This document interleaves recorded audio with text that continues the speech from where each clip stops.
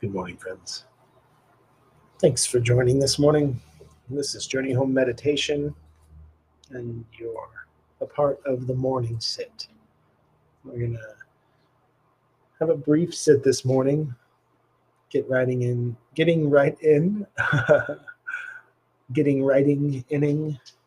to a bit of breath work, some meditation practice, tiny bit of contemplation, and maybe a little poetry. And I'm happy to be here this morning. So let's just start with just a few simple breaths this morning.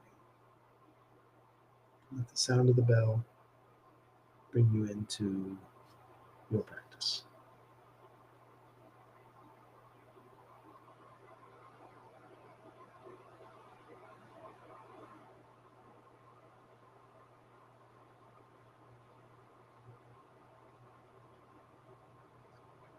Breathing in through the nose and out of the mouth.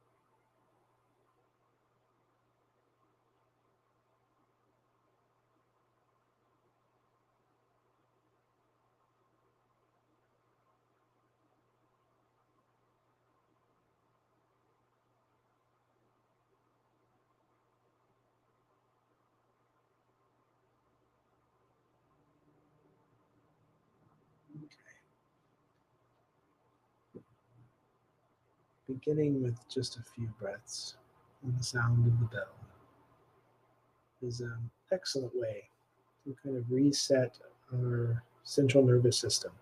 And it's something that you can do very quietly to yourself and in any situation.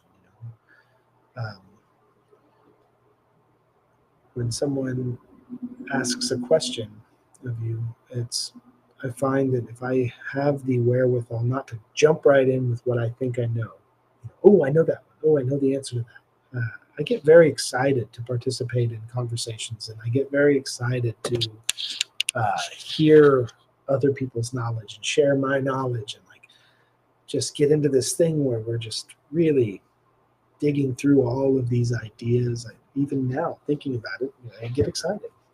I like to talk with people. I like to share in dialogue. And what's also true is sometimes that excitement takes me out of the moment and puts me right into automatic response. I know this. So if I know this, I'm just going to give you this sort of rehearsed response. This way of sharing that's not actually sharing. We're not actually sharing the space. We're not sharing the time in the present moment when we are giving information as an automatic response. So that 3 breaths, just patiently sitting with the question, actually hearing the words, can remove a lot of that performance from the way that we interact with one another, which opens itself to being more receptive to the energy of someone else, to their offering, to their ideas, especially if their ideas are maybe slightly different or even in seeming opposition to your own. Responding to this moment instead of to a preconceived notion takes us much farther in building communication and connections with others. And I think it's an important and vital aspect of communication that we don't practice in this culture.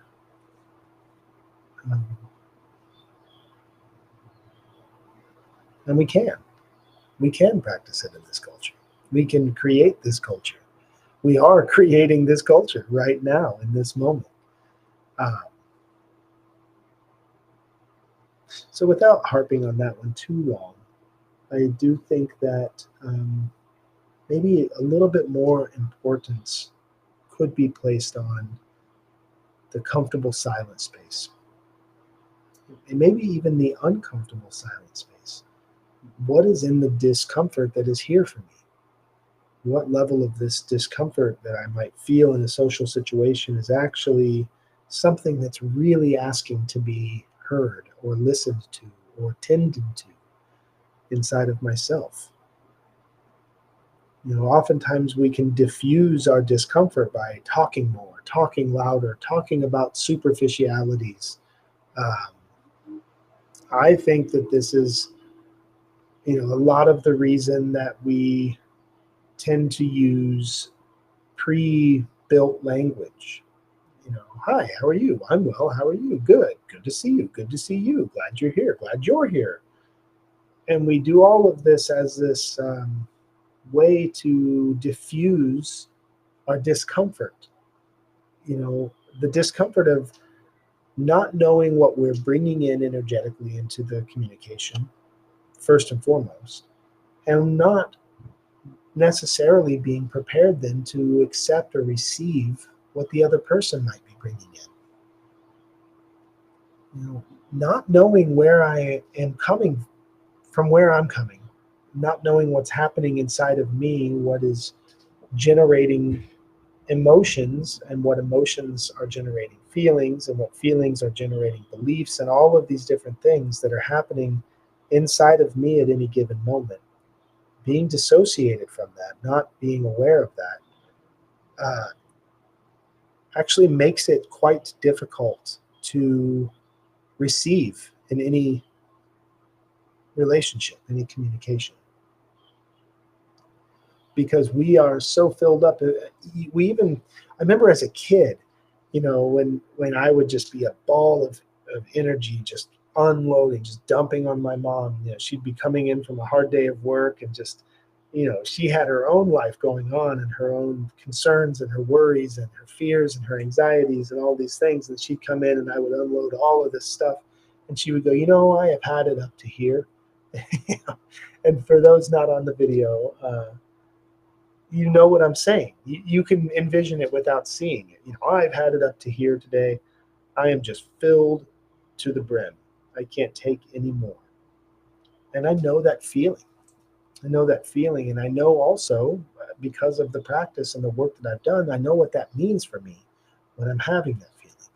It doesn't mean that you are being too much or the situation is too much. It means that I have not allowed myself to release in a way that gives me capacity to be present with anything at all.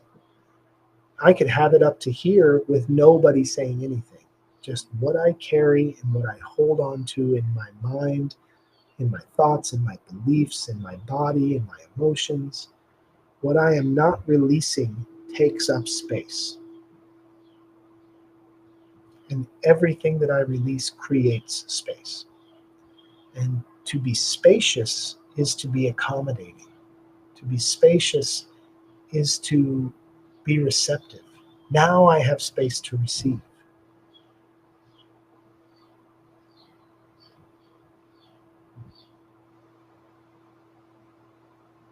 A teacup is a wonderful metaphor. There's only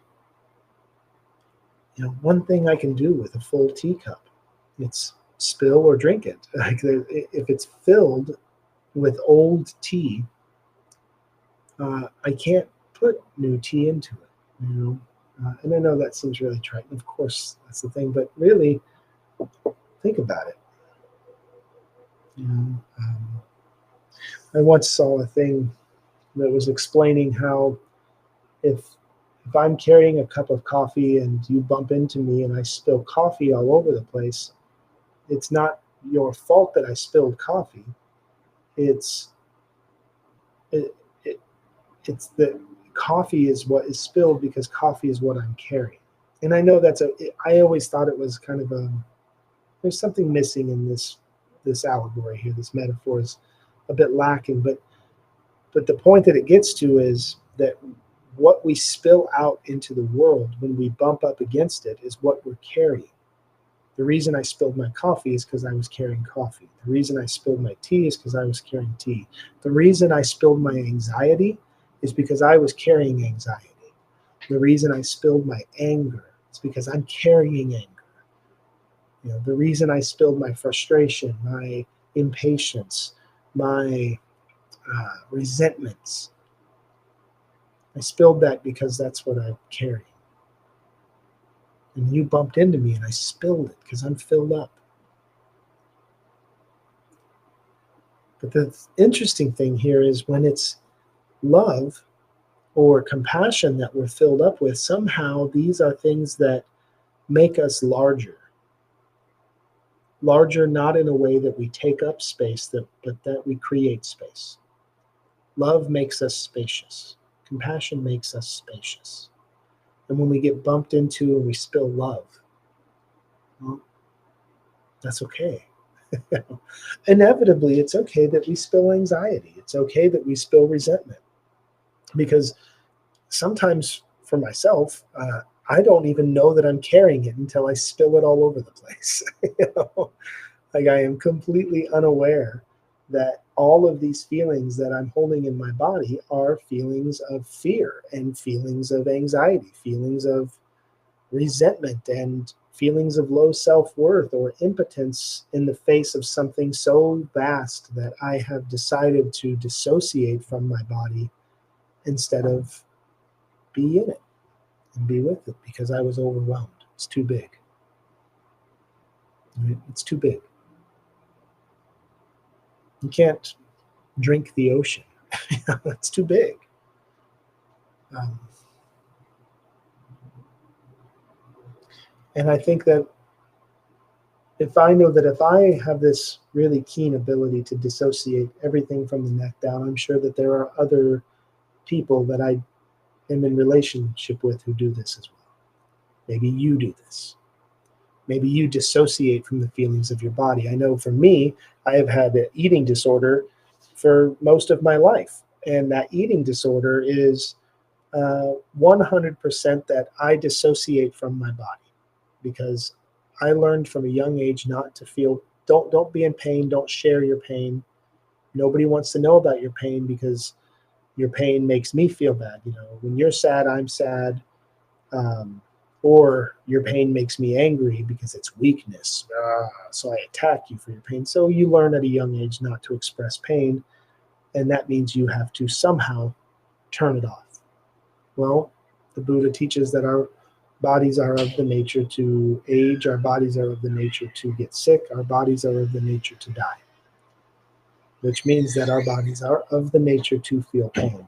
And when we dissociate from that pain, it means we dissociate from everything else that we feel. So for me, I dissociate from the feeling of being satiated, so I overeat. I dissociate from the feelings of anxiety in my body, so I carry it with me and I don't see it until I spill it out. I bump up against something and my anxiety spills out. Anxiety is a feeling in the body. Fear is a feeling in the body, right? Your self-worth, your feelings of being enough, your feelings of being secure, those actually aren't feelings, those are beliefs. And those beliefs are informed by the way that we feel. We feel something, we think it. We think something, we believe it. And so all of that comes back to 3 breaths. What are you carrying into this interaction? What are you carrying into this moment? And if you're aware of it before you spill it, you can release it. If I'm aware that my teacup is full of old tea from yesterday, I can feed it to the plant and then add hot tea to my cup. If I'm not aware, I'll just grab the old tea and drink it back, and it's not as pleasurable. It's not as fulfilling.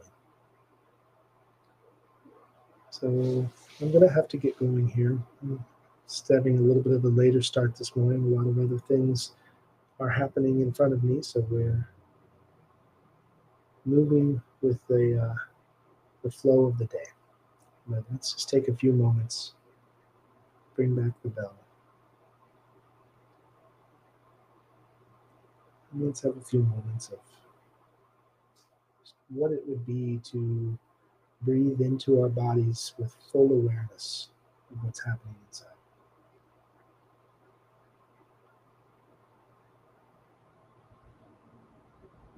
So as we're breathing in and out through the nose to the bottom of the belly, bring your shoulder blades together in the back just slightly, just enough to open the chest. Level your chin. Relax your shoulders, your jaw, your eyes.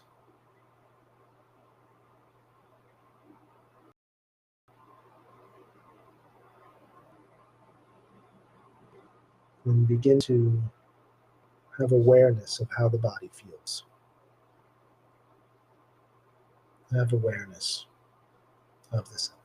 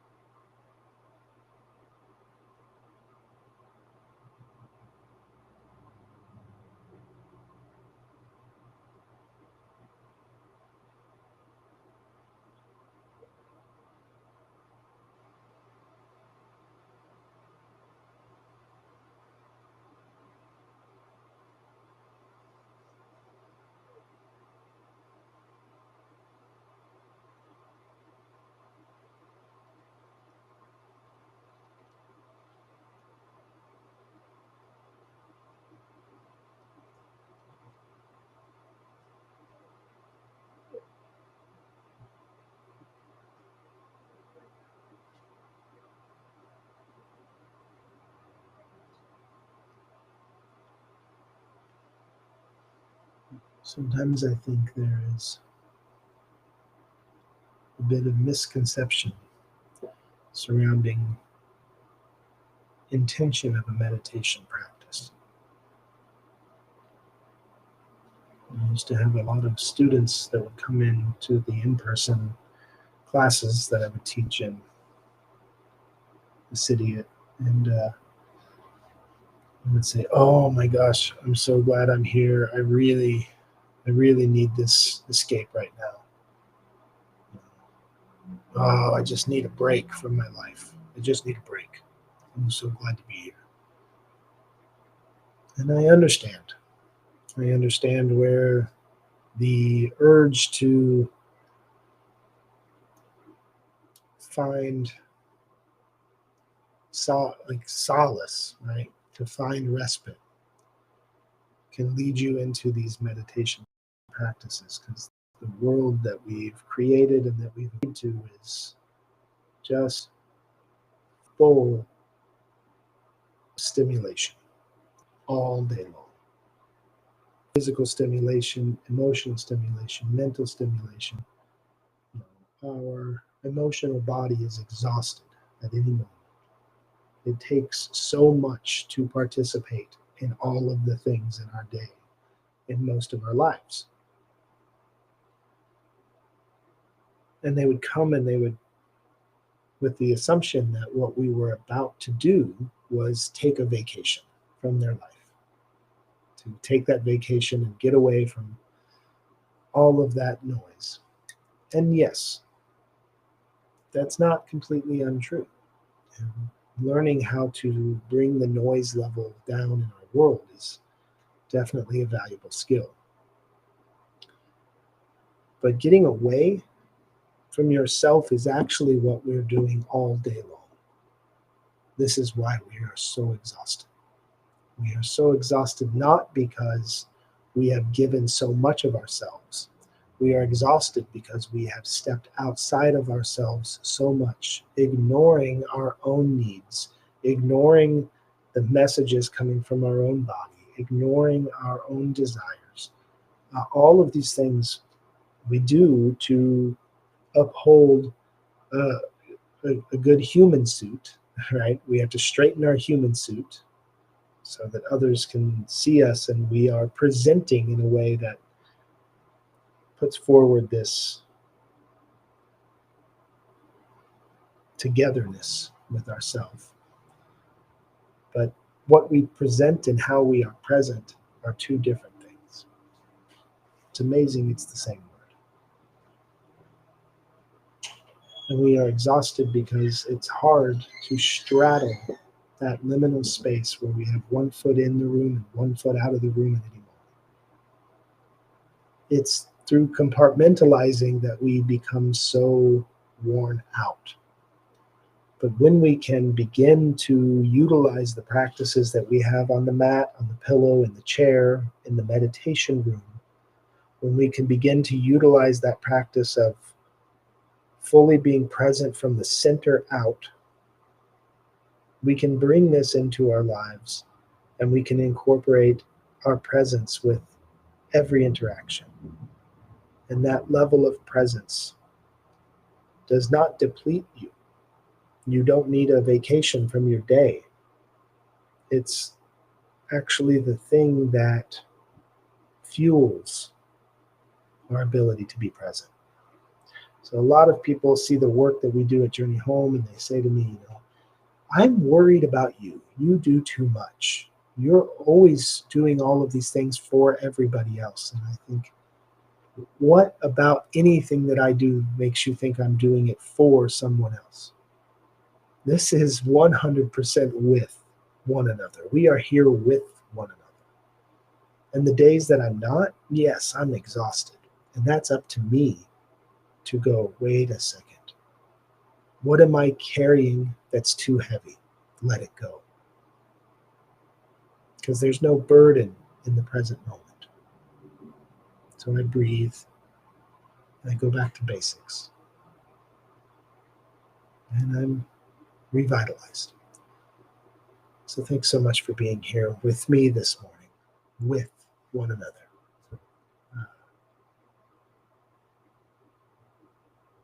I'd like it if you felt comfortable to interact with these programs, whether through sharing, liking, following, reacting, responding, um, engaging in communication. Send a comment and start a thread. Let's begin the conversation, because this is not a solo pursuit. This has an intention of becoming a larger conversation amongst more of us, and how we can utilize one another to um, walk with one another.